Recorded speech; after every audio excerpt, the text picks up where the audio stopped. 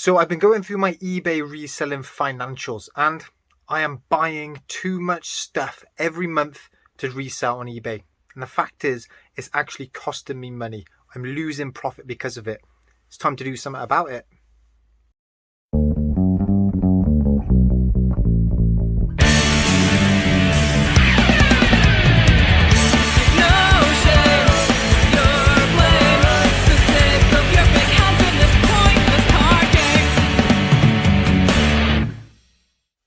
Hey guys, Ian, the Master of Pieces here. I'm a part-time eBay reseller, and in this video we're going to get a bit serious. So it's the end of February. We're coming up to the end of the financial year as well. So I thought it was a good time to have a look at how my eBay business has been performing recently.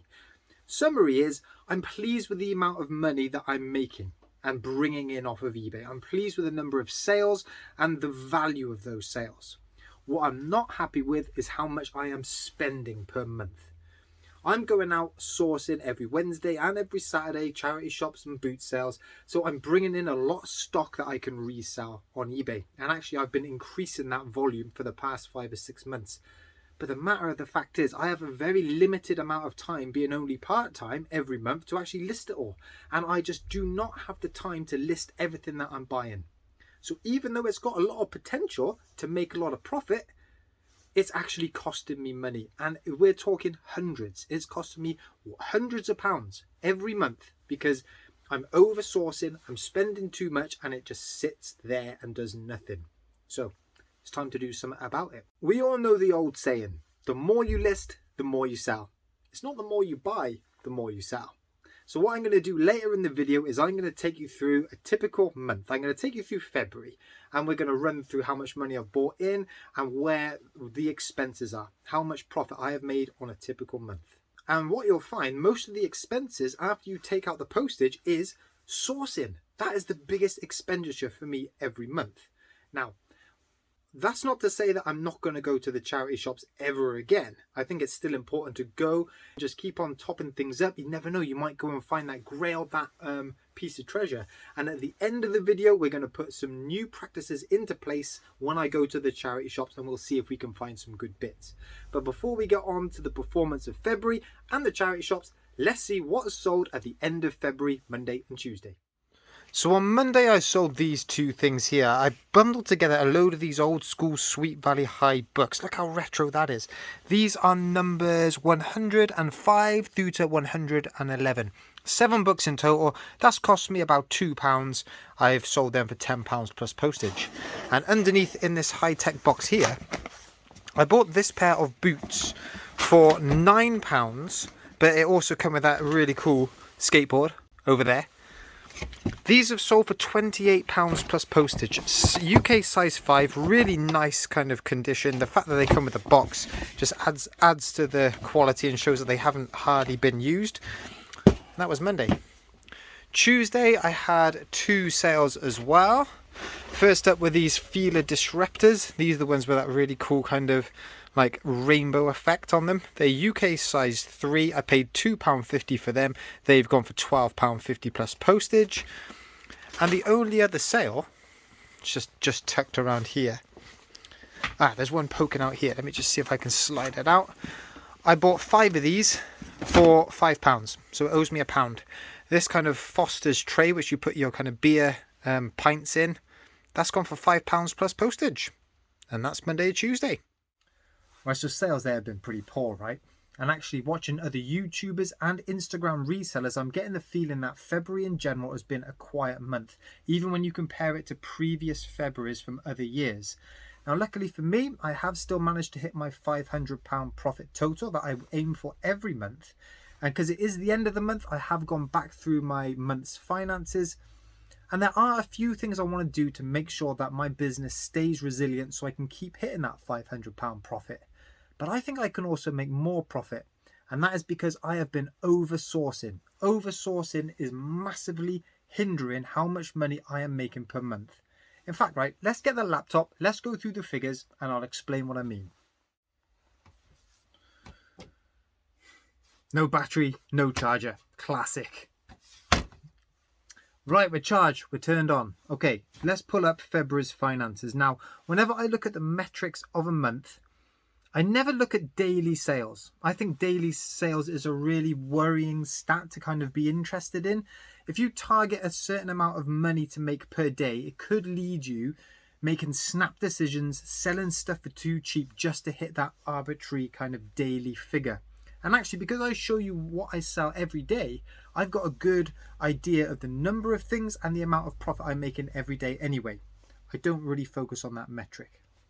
Now, weekly sales and total amount of money I'm getting per week, I take a little bit of an interest in. If I feel that it's been a particularly slow week, what I might do is start to send out more offers.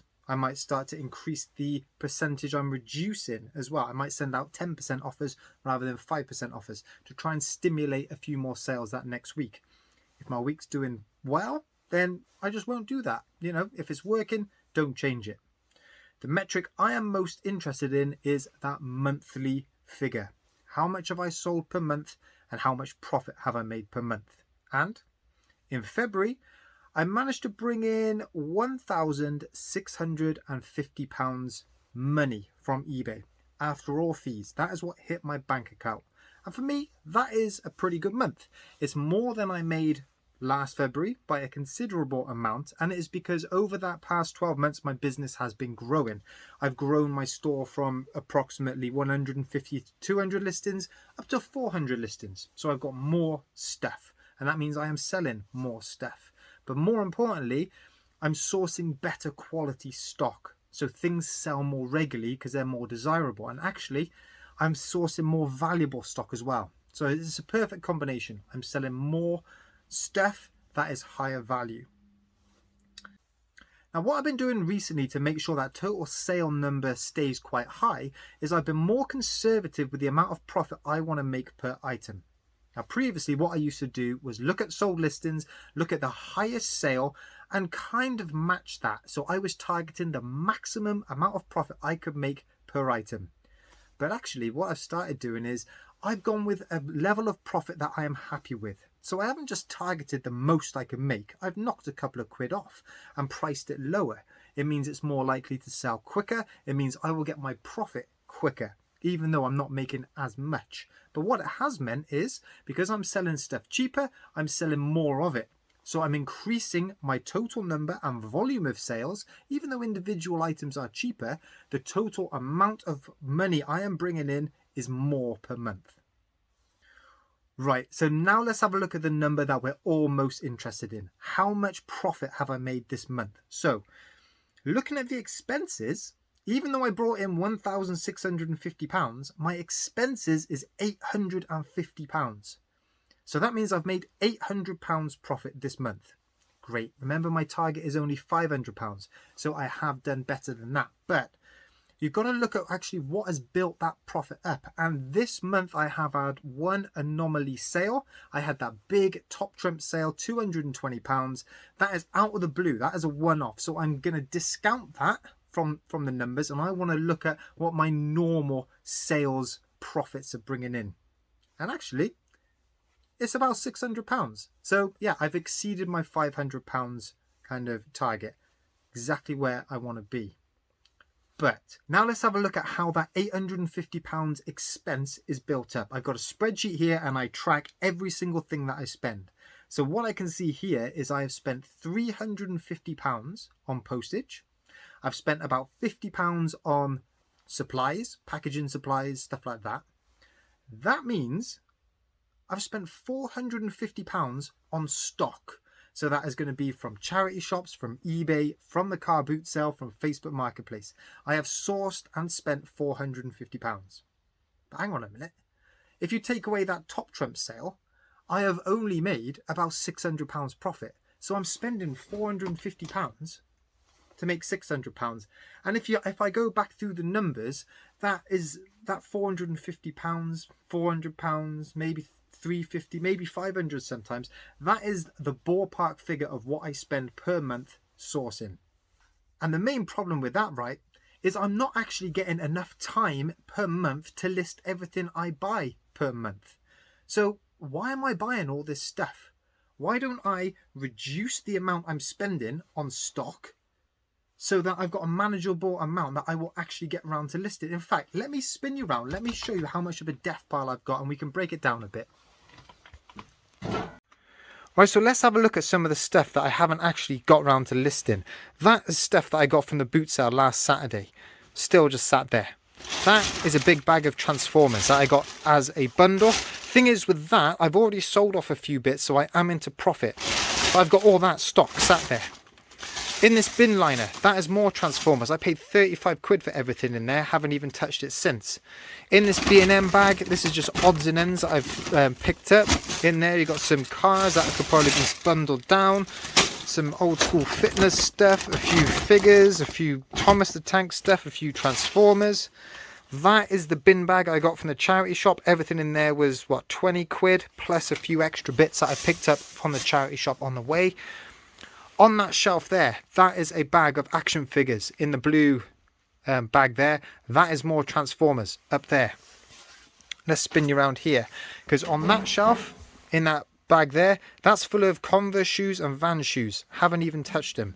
I've got a Wii bundle there. I am looking for a Wii remote just to finish that bundle off. But yeah, that needs sorting. Those are stuff that I've picked up as kind of bundle.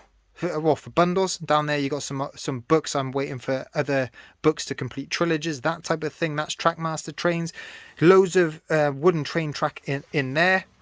Over in this bag, right, and there's actually some decent stuff in here. I just haven't got around to listing it.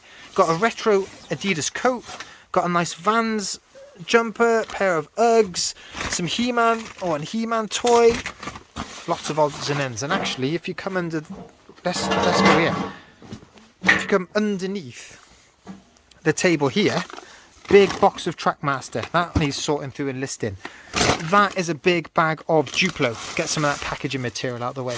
I got some action figures back there. Under here, we've got a Sabutio set, pair of old school Timberlands, some plasticky kind of guns in there. There's absolute tons of it in here. There's tons of it. And that's not even to mention all the stuff that is on that kind of rack in there. None of that is listed. And that includes that hotel game. Remember that game? And look, actually, this captures the point perfectly. Facebook Marketplace. I bought a bundle of Monster High dolls for 30 quid. Yes, they're all listed. Yes, they're starting to sell. Why did I need to do that this month when I've got all of this stock that I've already paid for and will make me profit if I actually get and list it? There was absolutely no need for me to buy that whatsoever when I have this already. So what you can see there, guys, I am oversourcing every month massively. Now, it's not as if I'm lazy. It's not as if I'm not listing anything. I do listing most nights. I spend most of my Wednesday afternoons listing. I spend my Sunday afternoons listing. I've got no more time in the week when I balance up the time with my family and my full-time job to do any more listing. So that means I am just accumulating too much stock. There's no point in me going out and buying stock like this every single month with it just piling up because I will never find time to go and kind of list all of this stuff. So the only way I'm going to get through all this is to stop sourcing. I need to stop overstocking. So my plan from now on is to maybe take a week, maybe even 2 weeks per month where I don't source anything and I really tackle the stuff that's in here. And the fact that it's sat here and I've already spent the money, that money is lost until it is sold and up on eBay. You know, you might as well count this as a waste of time, waste of money. It's just negative profit, isn't it? I know it's going to be easier said than done, not to go out and do all the sourcing. That is the fun part. But hey, look, it's business. You've got to go and you've got to make that money. But let's just be a bit real. I am of course going to carry on sourcing because I might stumble across those grail items, those big profit items, and of course I will be picking those up. But I will be more selective with what I buy. Now, when I have crunched through a lot of this backlog here, that's when I can go out and start sourcing like I have been. Because one thing I have realized is stock will always be there to find. You know, it will always be there. We've proved that over the past months. If I miss a couple of weeks, it doesn't mean when I go back out there, I'm not going to still be able to do that. You know, stock is out there and we will find it. Now, with all of that being said, it's Wednesday. That's the day that I usually go charity shopping. Let's go out there. Let's try and find some bargains, but we're only looking for stuff that's going to make a lot of profit. We're not looking for bulk stock because we've got tons of that in the garage. Let's see how we get on. Right, I've not been down here for ages. The first one we're going to pop in is 10 of us, but the prices in here last time were really high. Let's have a look in the window. That Buffy board game, that looks decent. But already we can see it's going to be a tenner. Not going to be a cheap shop, that one. Quite a small toy section. Lots of jigsaws. All the jigsaws range £2 to £3 each. There's not going to be any money in there. But they do games for 99p. What have we got in here then? Meh. FIFA's. Football. Curious Village. That is a good game. Good game. Right, we're just having a browse over the ladies' shoes, and these caught my eye down here. Have a look at these. What we've got here is a Merrill pair of shoes. They got Ortholite on it, but they got a Vibram on the sides there. UK size 5, so good size. How much are they? £6. Yeah, looking at sold, that is well worth a go. Nice shoes. I quite like the shop as well, because in the book section they have got a sci-fi fantasy shelf. Some of these can be pretty decent. Nothing's jumping out at me.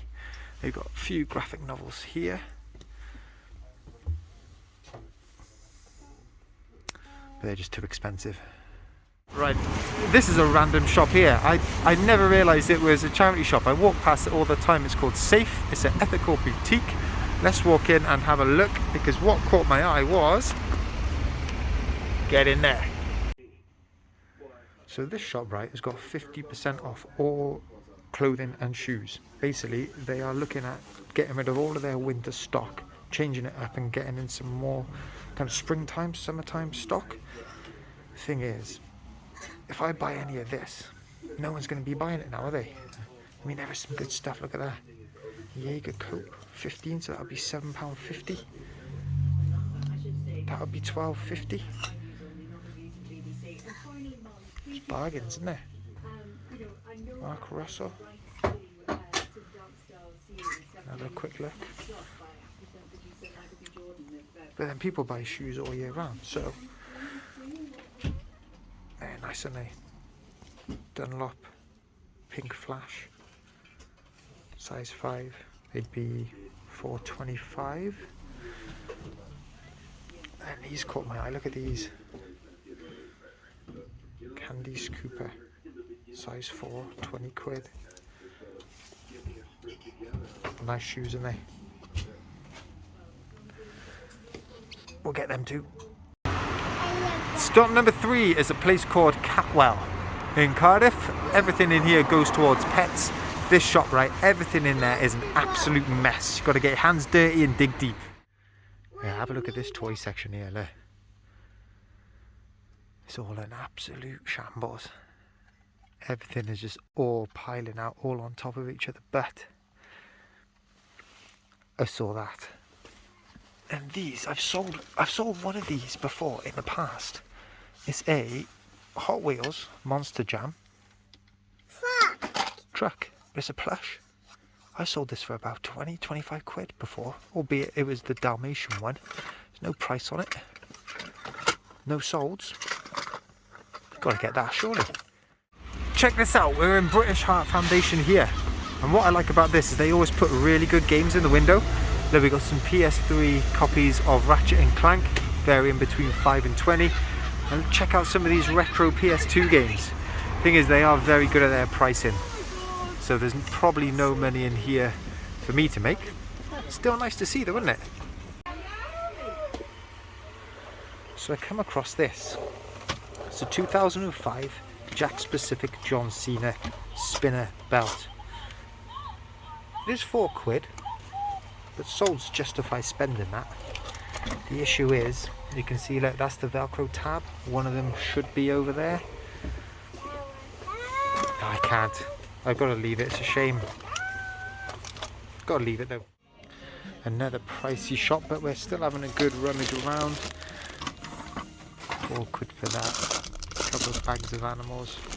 But in this basket down here, we did find this set of Jurassic World raptor gloves, and they are £2. Ever seen one of these in a charity shop before? Got a snowboard, Vision snowboard, £40. Toys, love that, and there's one behind it as well. That is sweet. And you'll be glad to know, guys, that I did not buy that snowboard. It looked really, really cool in there, and I'm sure I could find a space somewhere in here for it, but that is not what we're doing at the moment. We are spending less to try and make more profit per month. That's the aim. So guys, if you enjoyed this video, hit that like, hit that subscribe, and I'll catch up with you in the next one. See you guys. Bye-bye.